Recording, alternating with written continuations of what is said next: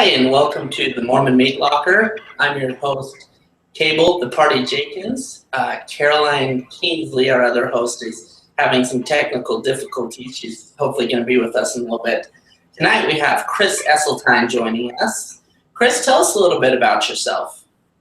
Well, I'm an attorney who's left the practice of law. I'm a success coach, and currently I run a nonprofit. I have 4 children and am divorced, convert to the church, but been a member a long time and been in the mid-single scene a few years now. Hey, can you guys see me? There you are. Yay! All right, we're doing it from the phone. My power just went out in half my house with my internet, so this will work.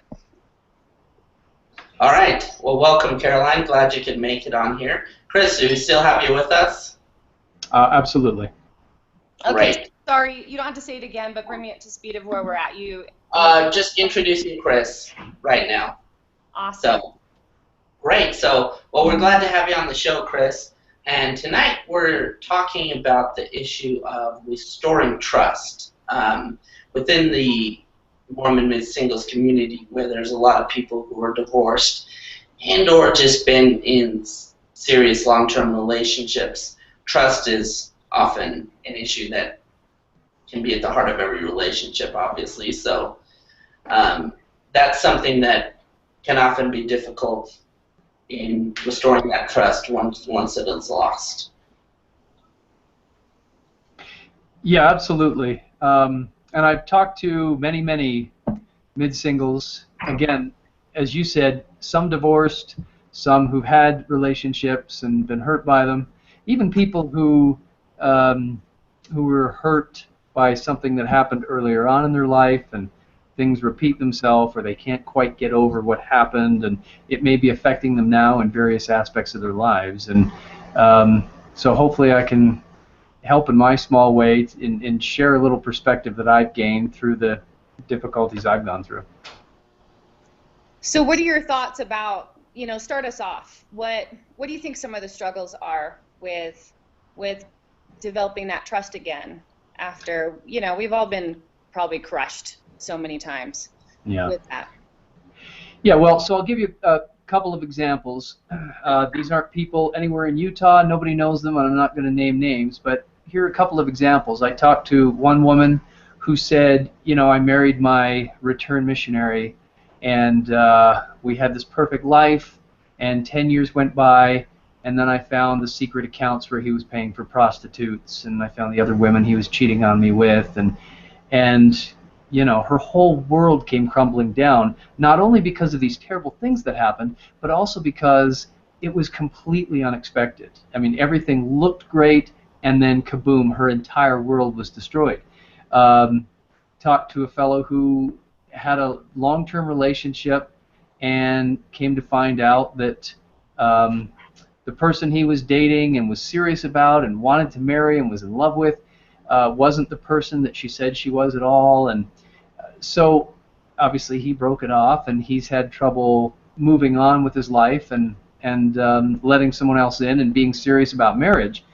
So I think the big problem is, number one, can I trust people? Again, because everything looked good in these situations, right? Everything looked good with that woman's husband for years, by the way.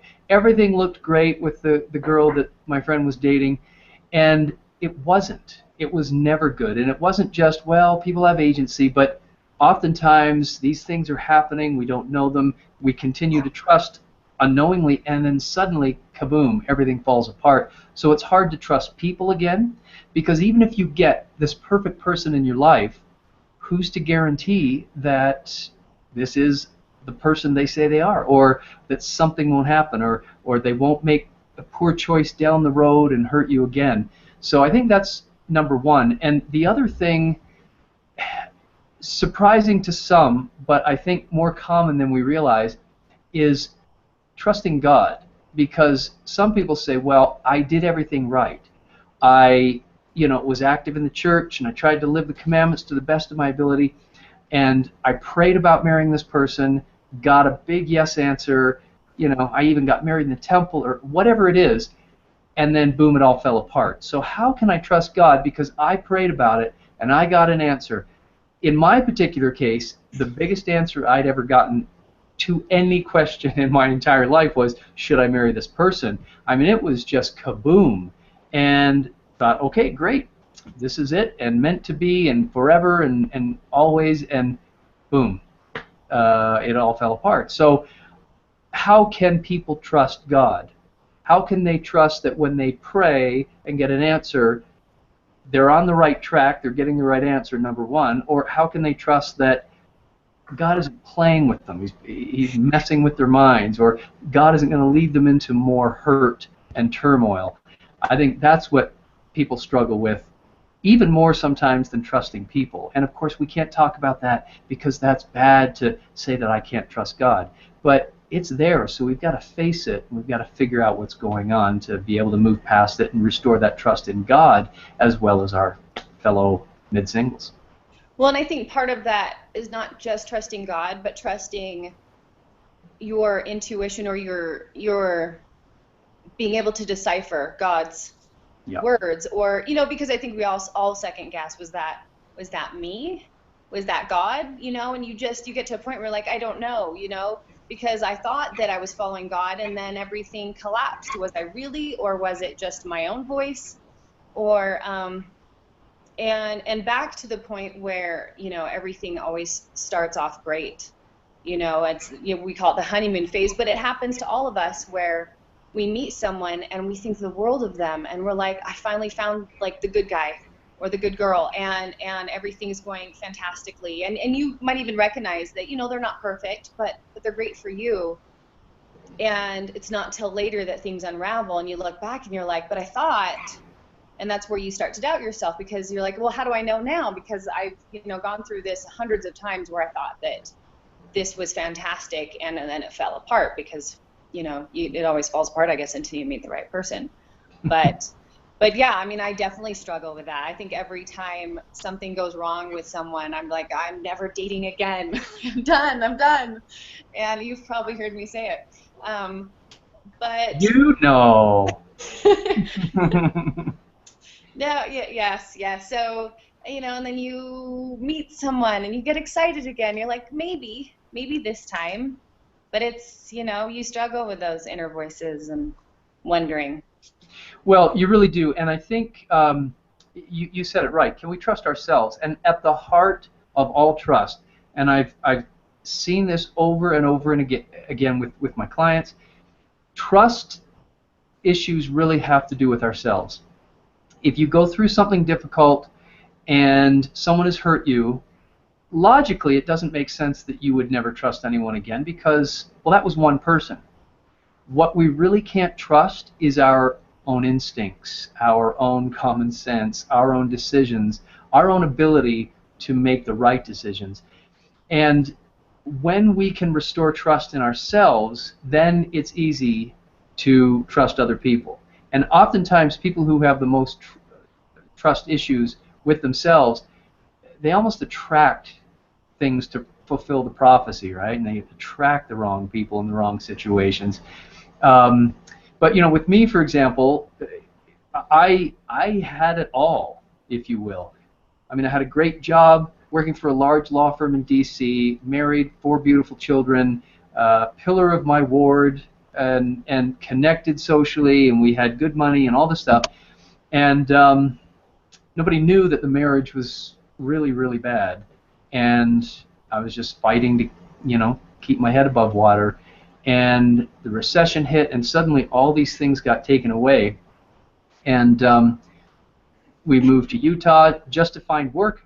I had to go back to D.C., leave my children here. And I remember it was 2 in the morning, and I was out on a friend's deck. They were all asleep, and I was out on the deck, and I was just mad. I was mad at God for being put in this situation.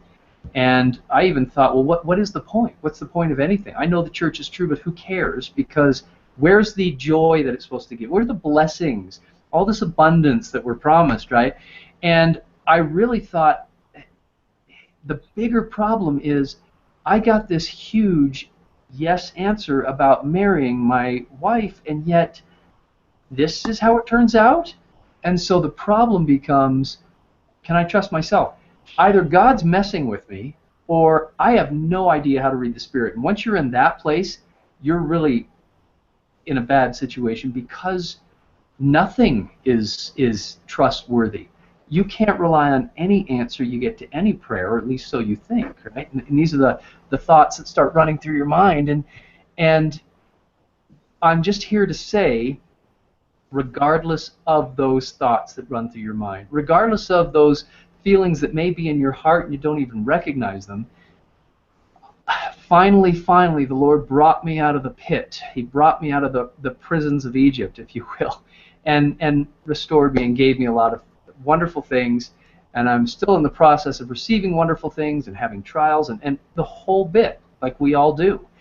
But one of the things that I learned by the Spirit very clearly was the Lord never messes with us. It's impossible. He's not capable of doing things out of spite or to screw with our minds.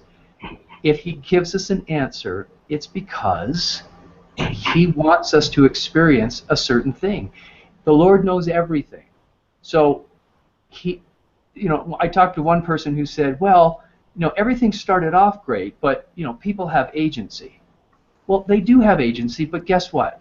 The Lord still understands that agency. He knows the end from the beginning. He knows what's going to happen to people in 2 months, 2 years, 20 years, the whole way through.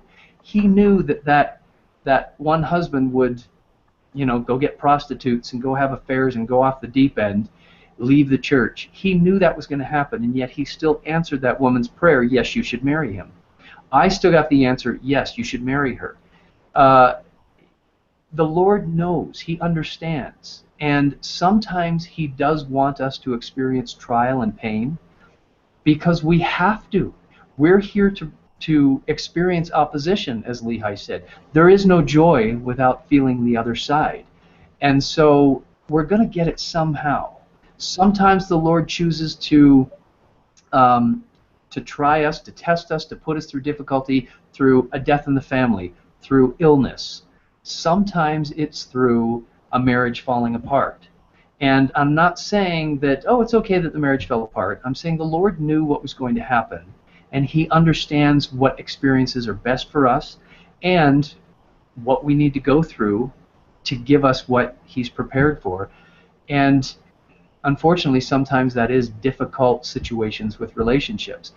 But he's always in charge. Always, always, and forever. He has us in the palm of his hand.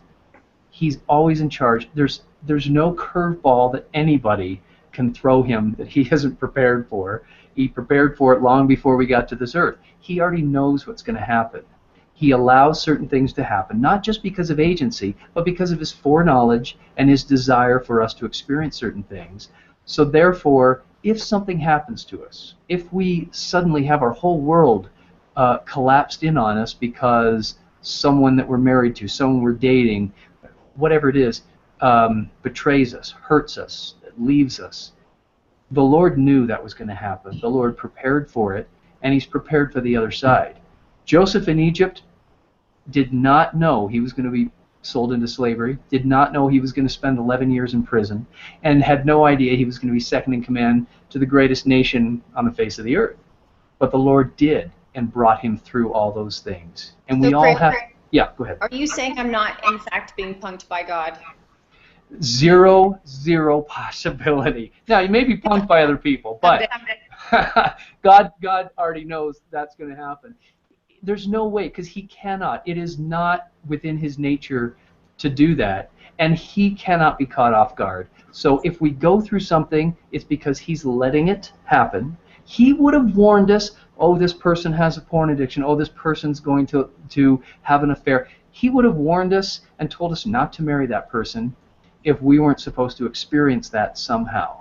If he didn't have it in his plan that it was okay that happened, because he would bring us out the other side. So well, and I think it's important to remember in the scriptures where you have Joseph Smith, who would lend out a certain manuscript, that was not returned, and God made a plan for that because he saw ahead to that. I think that's the case in all of our lives, where we have these marriages, many of us, all of us have had relationships that have failed, and something went wrong. Oftentimes things went wrong many times, but I know that God has another plan that was possibly the plan all along, the ultimate goal. But sometimes we have to take these detours to learn the lessons that you talked about, because as much as we all hate to admit it and hate that we go through those things, we know that we end up so much better on the other side than if we had never endured those trials. And it's crappy, and I certainly don't pray for certain things because I know what it will take to get those qualities, and I don't want to go through it. Yeah. But you kind of have to be grateful that God is willing to put us through things, and it's got to be so hard for him, because we wouldn't want to see our own children go through those type of things, and yet we don't want them to be shallow people with no character and no ability to one day create their own worlds because we made their lives too easy, I guess. Exactly, and so we have to trust that what the scriptures say about God, what we have said about God, is actually true, and we need to just let it sink as deep down in our hearts as we can, and let those roots of testimony grow deep. The plain truth is there's nothing in him except love. He doesn't do anything except for not just our good, but our best.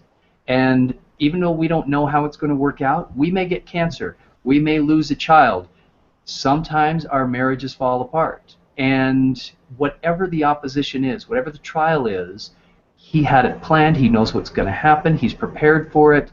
He didn't make this person have an affair, he didn't make this person do whatever, but he knew it was going to happen, and he's prepared for it, and he loves us enough to let us go through it and to have prepared something on the other side. And I came to understand this principle very clearly. Sometimes the Lord takes something from us to make room for something better, and sometimes he takes everything away from us so that we can have 100 times more than we ever thought we could have. Joseph in Egypt had no idea. He thought he could just inherit his father's little empire and everything would be great. He had no idea what the Lord had in store for him. So much more. But he had to go through hell to get to heaven. As Joseph Smith said, you've got to go, there's no other way to Zion except through suffering. And I think that we also can't think too black and white in that there is either, devastation or marriage. I like to think that when some of the people that I've gone on, say, one date with have become some of my very best friends. Sometimes things don't work out in the long run, but you create some really great memories in the meantime. And sure, it hurts when things don't work out, but if you focus on developing these connections, sometimes it's not just here or there. Sometimes there's so much in the meantime. And if you could focus on the memories that you're making and the connections you're building, and it's okay to, I think, put yourself out there. There's the sort of cheesy meme, but I think it's true. Love like you've never been hurt, because it's only then that you can really have these incredible experiences. Because even though I'm not married, and you're not married, and you're not married, I love my life. There's a lot that's really challenging, but I'm having a great time. I'm having a great time hanging out with you guys and getting to know people. And I think that even though it can be hard to trust, even to go on that one date, or to trust, there's so many different variations of it too. Trust that when you build friendships, that they're going to be lasting and they're going to be real. But when you do, you gain so much from it. Well, and it's really about enjoying the journey and enjoying the process. God doesn't care what we accomplish here. He cares what we learn here, and we have to enjoy the process.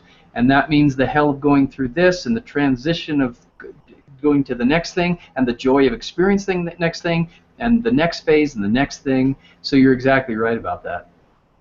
Well, it's interesting because it's not always about us. I know we all think that the world revolves around us and the universe revolves around us, but it's not always about us.